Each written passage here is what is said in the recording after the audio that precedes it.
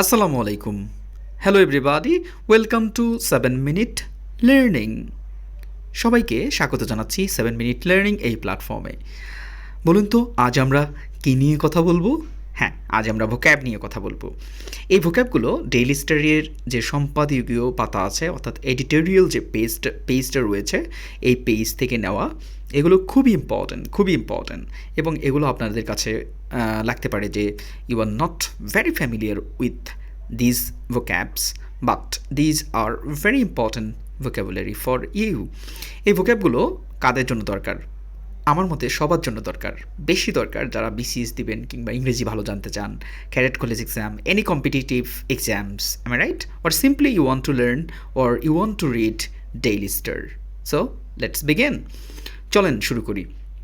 প্রথম হচ্ছে নাম্বার 1, সেটি হচ্ছে escalating discontent. First one, look at this, escalating discontent. What is the meaning of escalating discontent? অসন্তোষ বাড়ানো। escalate মানে বাড়ানো, content মানে হচ্ছে শান্তি বা সুখ, আর discontent মানে হচ্ছে অসন্তোষ বা অসন্তুষ্টি। Clear? Next one, number B হচ্ছে a state of flux. Flux means হচ্ছে যেটা হচ্ছে স্থিতিশীল অবস্থা না। তাহলে স্টেট মানে হচ্ছে পরিস্থিতি, the state of flux means টালমাটাল পরিস্থিতি। Number 3, exorbitant rise of bus fare. Bus ভাড়ার অস্বাভাবিক বৃদ্ধি। তাহলে এক্সরবিট্যান্ট মানে হচ্ছে অস্বাভাবিক বৃদ্ধি, এক্সরবিট্যান্ট রাইজ, তাহলে অস্বাভাবিক বৃদ্ধি অফ বাস ফেয়ার মানে ভাড়া, আমরা জানি bus fare. Arrant transport owners. 4 number, arrant মানে হচ্ছে অসভ্য, ঠিক আছে, অসভ্য, এখানে অসভ্য। এরেন্ট মানে ভুল বা অসভ্য। ট্রান্সপোর্ট ওনার্স মানে অসভ্য বাস মালিকগণ, এখানে মালিক দিয়েছে। 5 নম্বর, dialectic materialism. Dialectic materialism means dialectic materialism মানে আমরা জানি বস্তুবাদ, আর dialectic মানে হচ্ছে সংঘর্ষমূলক, তার মানে সংঘর্ষক বস্তুবাদ। 6 নম্বর, আপনারা দেখতে পাচ্ছেন incessant cycle of old ideas.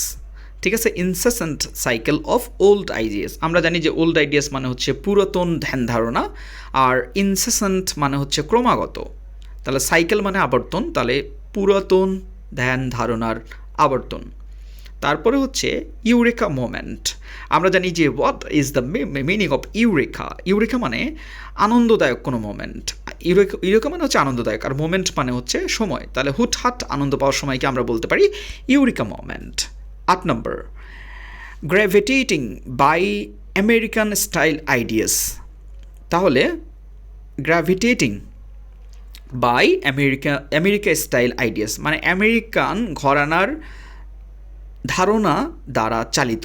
তাহলে গ্র্যাভিটেটিং মানে হচ্ছে চালনা করা, বাই আমেরিকান স্টাইল আইডিয়াস মানে আমেরিকান ঘরানার ধারণা।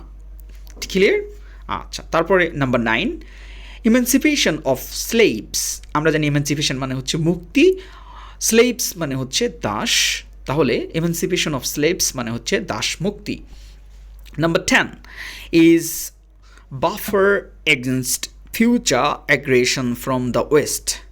ঠিক আছে, buffer against future aggression from the West, অর্থাৎ পশ্চিমাদের ভবিষ্যৎ আগ্রাসনের বিরুদ্ধাচরণ। তাহলে বাফার এগেনস্ট মানে হচ্ছে বিরুদ্ধাচরণ। ফিউচার অ্যাগ্রেশন মানে হচ্ছে ভবিষ্যতে যে আগ্রাসন, আর বাফার এগেনস্ট মানে হচ্ছে বিরুদ্ধাচার, আর ফিউচার অ্যাগ্রেশন মানে হচ্ছে ভবিষ্যৎ অ্যাগ্রেশন ফ্রম দ্য ওয়েস্ট মানে পশ্চিমাদের। ঠিক আছে, ওকে। তারপরে হচ্ছে প্রিকারসার মানে অগ্রদূত। রেশিয়াল মানে হচ্ছে জাতিগত, আর সেগ্রেগেশন আমরা জানি বিভেদ, তাহলে জাতিগত বিভেদ। নাম্বার 13 হচ্ছে সেলফ সাস্টেইনিং মানে আত্মনির্ভরশীল, আর ফোর্স মানে বাহিনী, সুতরাং এটার অর্থ হচ্ছে আত্মনির্ভরশীল বাহিনী। Taliban insurgent groups. ইনসার্জেন্ট মানে হচ্ছে বিদ্রোহী, আর গ্রুপস মানে গোষ্ঠী, সুতরাং অর্থ দাঁড়াচ্ছে তালেবান বিদ্রোহী গোষ্ঠী। Number 15, expeditionary strikes. এক্সপেডিশন মানে হচ্ছে অভিযান, তাহলে এক্সপেডিশনারি মানে এটা অ্যাডজেটিভ, অভিযানমূলক, স্ট্রাইকস মানে হচ্ছে হামলা। তারপর হচ্ছে নাম্বার 16 নম্বর হচ্ছে deployment of trend Warriors.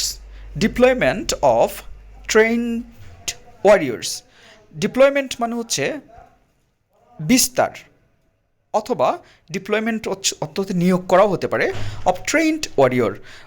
Trend মানে আমরা জানি প্রশিক্ষিত, আর ওয়ারিয়র্স মানে যোদ্ধা, সুতরাং অর্থ দাঁড়াচ্ছে প্রশিক্ষিত যোদ্ধাদের বিস্তার। Number 17, overseas target.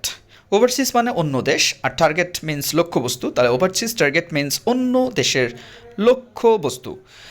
18 নাম্বার অর্থাৎ 18 নম্বর হচ্ছে morphing into a more sinister threat. শব্দগুলো কিন্তু অনেক কঠিন, ইজি না কিন্তু। And you are listening 7-minute learning, এবং ভিডিওটা পুরোটা দেখলে আপনারা অনেক উপকৃত হবেন। So listen, morphing into a more sinister threat. আচ্ছা, মরফিং মানে হচ্ছে রূপান্তরিত হওয়া, তাহলে রূপান্তরিত, আরও ক্ষতিকর হুমকিতে রূপান্তরিত হওয়া, তাহলে মরফিং মানে রূপান্তরিত হওয়া, ইনটু কিসে, আ মোর সিনিস্টার আরও বেশি ক্ষতিকর, থ্রেট অর্থাৎ হুমকি, তাহলে আরও ক্ষতিকর হুমকিতে রূপান্তরিত হওয়া। Number 19, impoverished regions of Asia. এশিয়ার দরিদ্রতর এলাকাসমূহ বা দারিদ্র এলাকাসমূহ, তাহলে ইম্পোভারিস্ড মানে দারিদ্র আমরা জানি, রিজিয়নস মানে এলাকা, অফ এশিয়া। অ্যাবান্ডেন্টলি ক্লিয়ার। অ্যাবান্ডেন্ট মানে অনেক বেশি, কিন্তু এখানে অনেক বেশি অর্থে না, এখানে অর্থ হচ্ছে যে দিনের মতো পরিষ্কার, মানে খুবই বেশি পরিষ্কার। অ্যাবান্ডেন্টলি ক্লিয়ার, দিনের মতো পরিষ্কার।